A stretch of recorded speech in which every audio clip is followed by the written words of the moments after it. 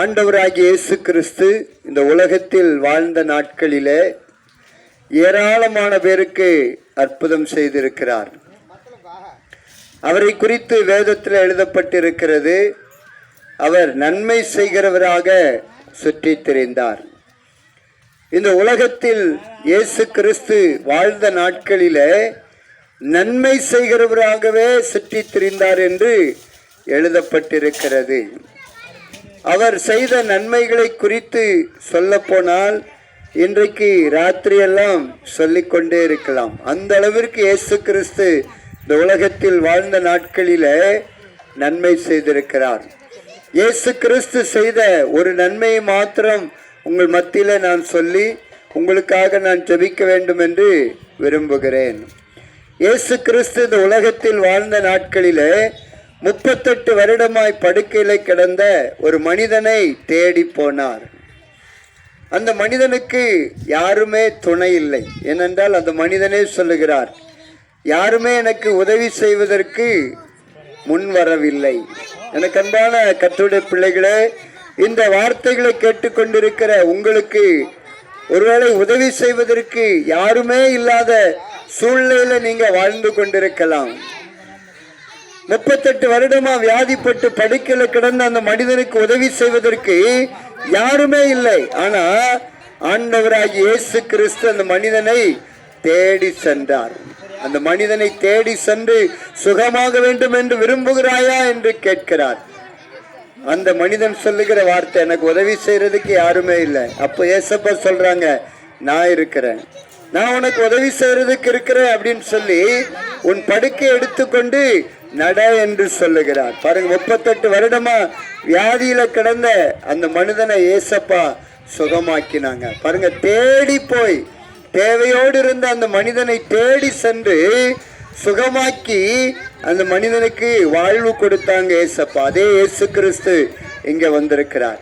அன்பான சின்ன பிள்ளைங்க, உங்களை தேடி வந்திருக்கிறார். அன்பான பெரியவங்க, உங்களை தேடி வந்திருக்கிறார். எதற்காக என்றால் உங்க தேவைகளை சந்திப்பதற்காக. உங்களுடைய தேவைகளை சந்தித்து உங்களை சந்தோஷப்படுத்துவதற்காக இயேசு உங்க வீட்டுக்கே தேடி வந்திருக்கிறார். இந்த வானத்தை உண்டாக்கினவர், பூமியை உண்டாக்கினவர், சர்வ சிருஷ்டிக்கும் எஜமானனாகிய ஆண்டவராகிய இயேசு கிறிஸ்து, அன்பான தம்பிமார்களே தங்கச்சிமார்களே, உங்களை தேடி வந்திருக்கிறார். எதற்காக என்றால் உங்களை ஆசீர்வதிப்பதற்காக. 38 வருடமா படுக்கையில கிடந்த அந்த மனிதனை தேடி போய் ஏசப்பா ஆசீர்வதிச்சாங்க. அருமையான தங்கச்சி, உன்னை ஆசீர்வதிப்பதற்காக இயேசு இங்க தேடி வந்திருக்கிறார். அருமையான ஐயா, உங்களை தேடி வந்திருக்கிறார் இயேசு. எதற்காக என்றால் உங்களை ஆசீர்வதிப்பதற்காக.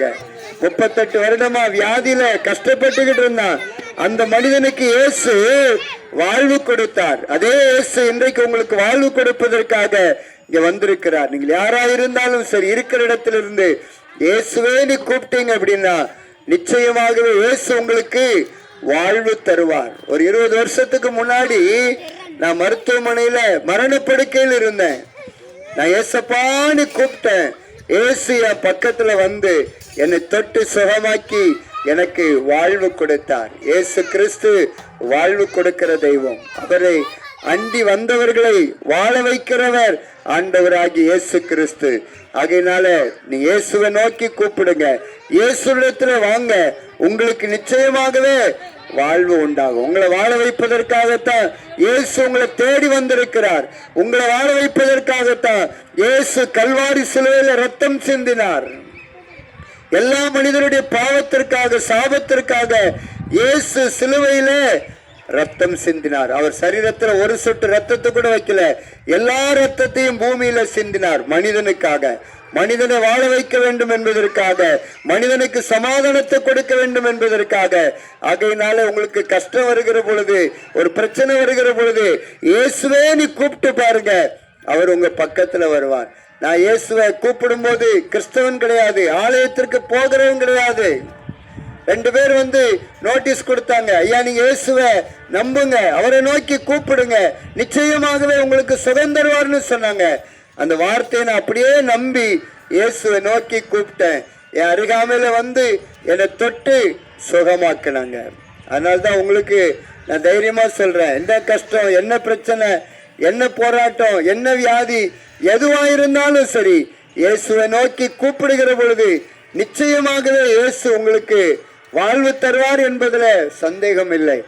அதற்கு நான் சாட்சியா இருக்கிறேன். இயேசுவை நோக்கி கூப்பிட்டா நிச்சயம் வருவார் என்பதற்கு நான் உங்களுக்கு முன்பாக நின்று சாட்சியாக சொல்லுகிறேன். ஆகையினால இயேசுவை நோக்கி கூப்பிட்டு வாழ்வை பெற்றுக்கொள்ளுங்க. இப்போ உங்களுக்காக நான் ஜெபிக்க போகிறேன். இருக்கிற இடத்துல இருந்து இயேசுவேன்னு உங்க மனசுல நினைச்சு நீங்க அவரை நோக்கி கூப்பிடுங்க. அவர் உங்க பக்கத்துல வருவார், உங்களுக்கு வாழ்வு தருவார். பரலோக பிதாவே, இந்த நாள்ல யார் யாரெல்லாம் இயேசுவேன்னு கூப்பிடுறாங்களோ அவங்களுக்கு வாழ்வு கொடுங்க. நான் இயேசுவேன்னு கூப்பிட்ட பொழுது என் பக்கத்துல வந்து என்னை தொட்டு சுகமாக்கி எனக்கு வாழ்வு கொடுத்தீங்க. அதே போல இன்றைக்கு ஆண்டவரை யார் யாரெல்லாம் கூப்பிடுறாங்களோ அவங்க அத்தனை பேருக்கும் நீங்க வாழ்வு கொடுங்கப்பா. நீங்க வாழ்வு கொடுங்க. ஒவ்வொருவரையும், ஒவ்வொரு குடும்பத்தையும் ஆசீர்வதிப்பீராக என்று ஜெபிக்கிறேன். இருக்கிற சின்ன பிள்ளைங்க, பெரியவங்க எல்லார் மீதும் உங்க ஆளுகை இறங்கட்டும். உங்க ஆசீர்வதிக்கிற கரத்தினால ஒவ்வொருவரையும் தொடுவீராக என்று ஜெபிக்கிறேன். நீங்க அப்படி செய்கிறதற்காக நன்றி, நன்றி, நன்றி. இயேசுவின் நாமத்தில் ஜெபிக்கிறோம் நல்ல பிதாவே. ஆமென், ஆமென். அன்பானவர்களே, இந்த வார்த்தைகளை கேட்டிருக்கிறீங்க. இந்த வார்த்தையின்படியே நிச்சயமாகவே இயேசு உங்களை ஆசீர்வதிப்பார். அவரை நோக்கி கூப்பிடுங்க, வாழ்வளிப்பார். ஆமென்.